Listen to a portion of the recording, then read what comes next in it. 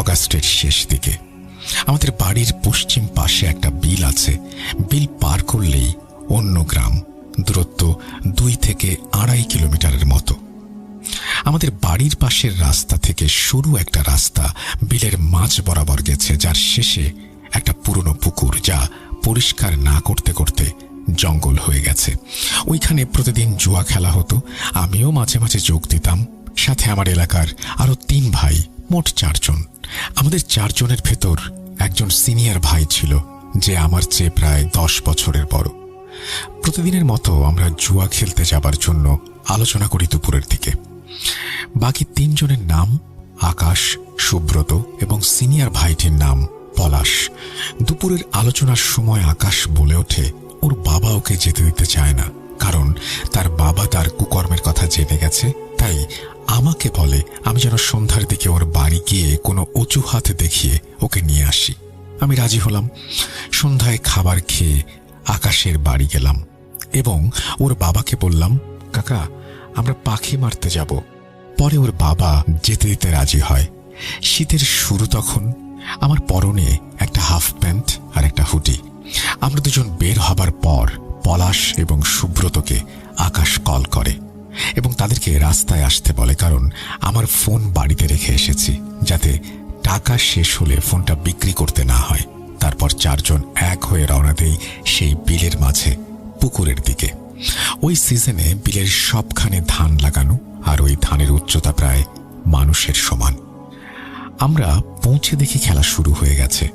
তখন 7:30 বাজে। খেলায় লোক বেশি হওয়াতে আমরা অংশগ্রহণ করব না সিদ্ধান্ত নিলাম, কিন্তু আকাশ বলে সে খেলবে। সে খেলাতে যোগ দিল এবং শুরুটা ভালো না হলেও একটা সময় সে অনেক টাকা লাভ করে এবং কিছু টাকা দিয়ে আমাকে বলে যে দোকান থেকে পানি আর কিছু শুকনো খাবার নিয়ে আসতে। কিন্তু তখনই এলাকার কিছু লোকজন পুলিশ নিয়ে এসে আমাদের তাড়া করে 3 দিক থেকে। আমরা সামনের দিকে দৌড়াতে শুরু করি। সব টাকা পয়সা ওখানেই পড়ে থাকে। ধরা পড়লে পুলিশ ধরবে, পরিবার জানতে পারবে এবং আর কখনো ছাড়বে না। 5-6 মিনিট দৌড়ানোর পর হঠাৎ আকাশ আইলের ওপর শুয়ে পড়ে। যারা আইল চেনেন না তাদের বলি, আইল হলো 2টা জমির পৃথককৃত ছোট রাস্তা। ও পড়ে যাবার পর ওকে আমরা গালাগালি শুরু করি, পেছনে বিপদ, আর তুই ফাজলামি করছিস, এই বলে আমরা আবার দৌড় দেই। কিন্তু একটু সময় পর পেছনে তাকিয়ে দেখি আকাশ এখনো আসেনি। তারপর আমরা আবার ওইখানে ফিরে যাই। বিশ্বাস করেন রাসেল ভাই, তখন থেকে জীবনে অন্ধকার নেমে আসে। আকাশের কাছে এসে দেখলাম ও আইলের ওপরে শুয়ে আছে। কাছে যেতেই দেখলাম ওর শ্বাস নিতে কষ্ট হচ্ছে। আমি বসে ওর মাথাটা কোলে নিয়ে জিজ্ঞেস করলাম, ভাই, তোর কি হয়েছে? কোনো উত্তর পেলাম না। ভয় আরো বেড়ে গেল। একটু পর শুনতে পেলাম আকাশ জোরে জোরে গোঙাচ্ছে। এইভাবে 2-3 বার গোঙানোর পর মুখ দিয়ে কিছু সাদা পদার্থ বেরিয়ে আসে। কিছু বুঝে উঠতে পারছিলাম না কাহিনী কি। আমরা আবার ওকে ডাক দিয়ে জিজ্ঞেস করলাম, কি হয়েছে ভাই? তারপর ও একটা দীর্ঘ শ্বাস নিয়ে সম্পূর্ণ নিশ্চুপ হয়ে যায়। আমরা কি করব বুঝলাম না। চারিদিকে লম্বা লম্বা ধান গাছ, সম্পূর্ণ নির্জন অবস্থা। আমি খেয়াল করলাম ওর শরীর আস্তে আস্তে ঠান্ডা হয়ে আসতে শুরু করেছে। পলাশ আর সুব্রতকে বললাম হাত পা ঘষা দিয়ে গরম করতে। আমি বুকে চাপ দিতে থাকলাম, কিন্তু কিছুতেই কোনো কাজ হচ্ছিল না। পলাশ ব্যাপারটা বুঝতে পেরে দৌড়ে পালানোর জন্য দৌড় দেয়। আমি জিজ্ঞেস করলাম, কই যান? উত্তরে বলল, অপেক্ষা কর, ডাক্তার নিয়ে আসছি। আমি আর সুব্রত অনেকক্ষণ বসে থাকলাম, কিন্তু কারো কোনো খবর নেই। ভয়ে আমার শরীর কাঁপছে। সুব্রত হঠাৎ বলে উঠল। আমি সামনের দিকে এগিয়ে দেখি পলাশ ভাই আসছে কিনা। আমি ওকে বারণ করে দেই, কিন্তু ও আমার কথা না শুনে দৌড়ে যায়। আমি ডেকে বললাম, ভাই, আমার একা ভয় লাগছে, আমি ভয়ে মারা যাব। সবাই চলে গেলেও আমি যেতে পারি না, কারণ আমি ওকে বাড়ি থেকে ডেকে নিয়ে এসেছি। চারিদিকে বিশাল ধান ক্ষেত, মাঝখানে আমি একটা লাশ নিয়ে বসে আছি। এটা ভাবলেও এখন আমার লোম শিউরে ওঠে। একটু পর খেয়াল করলাম সামনে থেকে আলো আসছে, সাথে অনেকজন লোকের চিৎকার। আমি কি করব বুঝলাম না। তাদের এগিয়ে আসতে দেখে আমি দৌড় দিলাম। অনেক দৌড়ানোর পর ক্লান্ত হয়ে বসে পড়লাম, কিন্তু দূরে আলো দেখে মনে হলো তারা আমাকে খুঁজছে। তাদের চোখে যেন না পড়ি, তাই ধান ক্ষেতের ভেতরে ঢুকে বসে থাকি। কিছুক্ষণ পর আবার বের হয়ে দৌড় দেই এবং অনেক দৌড়ানোর পর খেয়াল করলাম আমি একই জায়গায় দৌড়াদৌড়ি করছি, কারণ আমি যে খেতে বসেছিলাম সেখানে কিছু ধান ভেঙে নিচু হয়ে পড়েছিল। আমি আবারও দৌড়ালাম, কিন্তু সেই একই ঘটনা, আমি বারবার দৌড়ে একই জায়গায় ফিরে আসছি। গরমে গা থেকে হুডি খুলে খালি গায়ে হাঁটুতে হাত দিয়ে দাঁড়িয়ে রইলাম। ভাবলাম আইল দিয়ে দৌড়ালে একই জায়গায় বারবার ফিরে আসছি, তাই আইল দিয়ে আর যাব না। এবার ক্ষেত বরাবর যাওয়া শুরু করলাম। খালি গায়ে ধানের ভেতর দিয়ে দৌড়ানোর সময় পুরো শরীর কেটে যায় এবং অনেক চুলকাতে থাকে। আস্তে আস্তে গতি কমিয়ে হাঁটতে থাকি। শিশিরে সমস্ত শরীর ভিজে গেছে, শীত শীত করতে শুরু করে। ধানের পাতায় গা কেটে যাওয়ার ফলে শরীর জ্বলে আর চুলকায়। শীতে হাত পা নড়তে চায় না। অনেক বেশি দৌড়ানোর ফলে পিপাসাও পেয়েছে খুব। একটা সময় আমি আইল খুঁজে পেলাম। আমার মানসিক শারীরিক অবস্থা এখন এতটা খারাপ বলে বোঝানো যাবে না। আমি ভেঙে পড়ি, মাথা নিচু করে বসে ভাবতে থাকি কি হচ্ছে আমার সাথে। হঠাৎ সামনের দিকে তাকিয়ে দেখি আকাশ। আমি ওকে জিজ্ঞেস করলাম, ভাই তুই তাহলে আমাদের সাথে মজা করছিলি এতক্ষণ? কোনো কথার উত্তর দিল না ও। তারপর মাথা নিচু করে ভাবলাম ও মারা গেছে। এটা হয়তো আমার কল্পনা, কারণ আমি মানসিকভাবে দুর্বল হয়ে পড়েছি। সামনে তাকাই, দেখি আকাশ নেই ওখানে। আমি ভয় না পেয়ে নিজেকে বোঝাতে শুরু করলাম কল্পনাই ছিল আমার। আমি আরো সামনে এগোতে থাকি এবং কিছু দূর যাবার পর দেখি আমার এলাকার ছোট একজন বোন। অবাক চোখে তাকিয়ে জিজ্ঞেস করলাম, তুইও আমাকে খুঁজতে বেরিয়ে গেছিস? উত্তর পেলাম না। ভাবলাম ওর কাছে যাই, কিন্তু কাছে যাওয়ার সাথে সাথে ও হাওয়ায় মিলিয়ে গেল। আমি আবারও কল্পনা ভেবে বসে পড়ি। রাত তখন 2টার মতো বাজে। হঠাৎ মাথা উঁচু করে তাকাতেই চোখ যায় তালের ভিটা নামের একটা জায়গায়।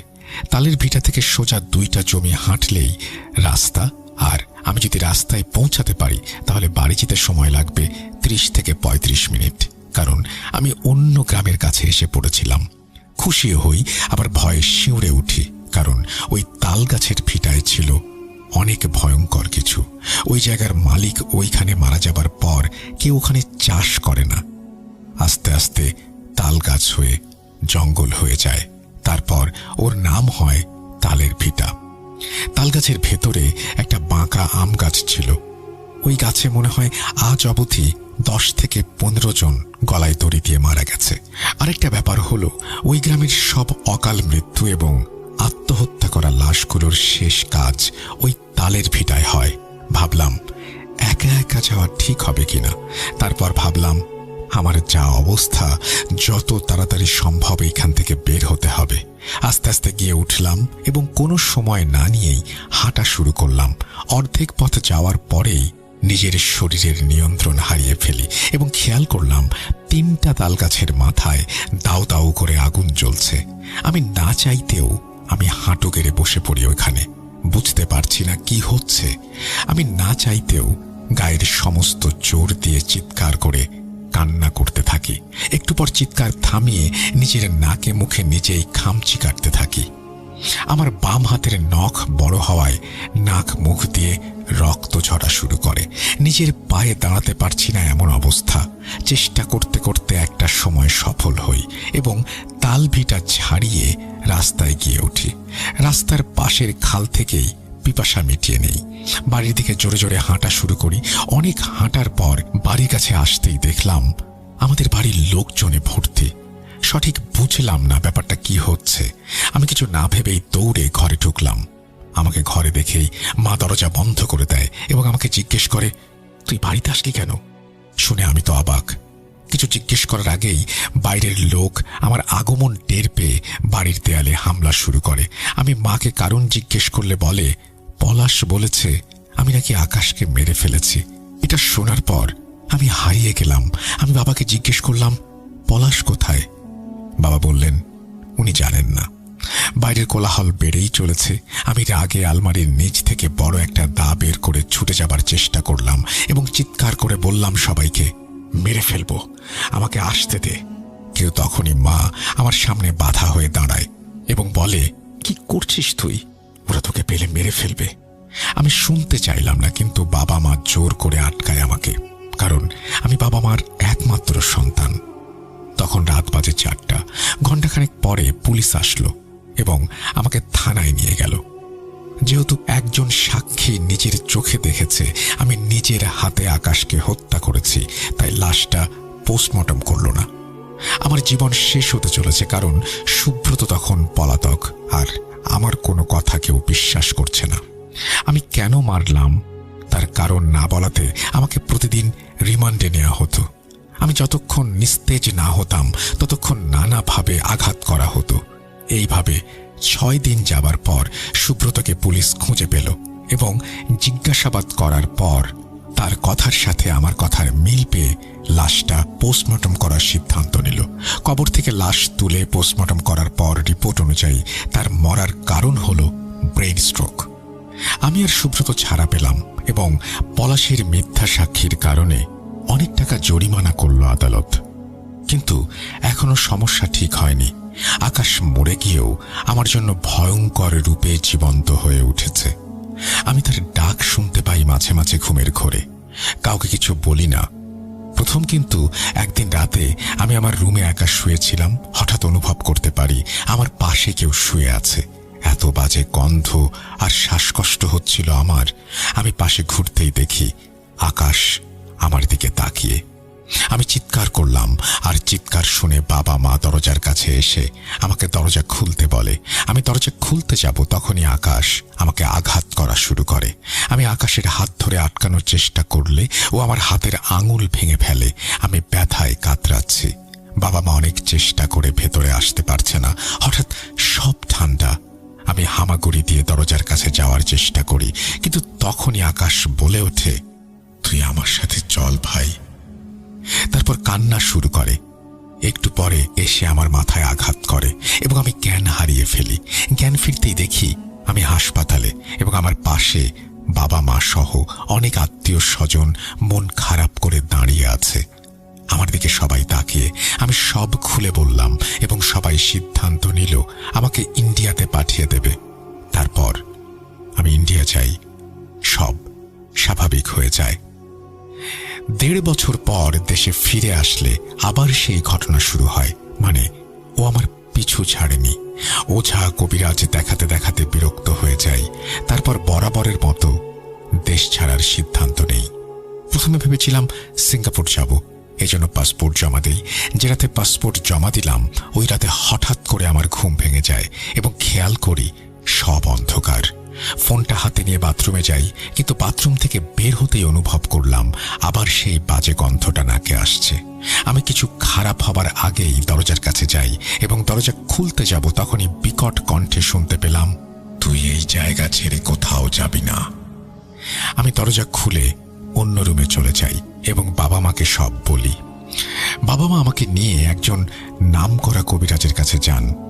উনি আমাকে দেখে সব বুঝতে পারেন কেন আমার এত শরীরের অবস্থা খারাপ। যে কেউ দেখলে বলবে আমার কঠিন কোনো রোগ হয়েছে। উনি একটা গোল বৃত্তের ভেতরে একটা তারার মতো আঁকা জায়গায় 5টা মোমবাতি জ্বালিয়ে আমার চোখে কালো কাপড় বেঁধে আকাশের আত্মাকে ডাকার চেষ্টা করেন, কিন্তু সফল হন না।